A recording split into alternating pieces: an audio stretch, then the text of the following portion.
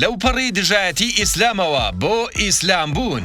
پزیشکی مناڵانی هۆڵەندی دکتۆرە پۆلین سەرباری دژایەتیە زۆرەکەی بۆ ئیسلام بڕیارێکی سەیریدا. لەگەڵمان بن. با دژایەتیە سەرسەختەکەی لە دژی ئاینی ئیسلام ناسرا بوو. خۆی دەڵێت زۆر ڕقم لە دینی ئیسلام بوو، بەڵام دەست دەکات بە لە کۆڵینەوە و خوێندنەوە لەسەر ئاینی ئیسلام چەندین مانگ بەو جۆرە بەڕێ دەکا.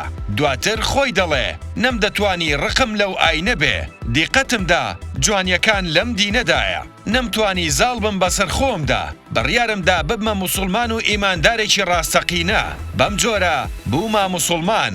پۆلینکە یەکێک بوو لە سەرسەختترین دوژمنەکانی دینی ئیسلام. ئەوەشی وت کەوا ئێستا لە پاش موسڵمان بوونم شتێکی زۆر جوانم هەیە کە ناوی نوێژە.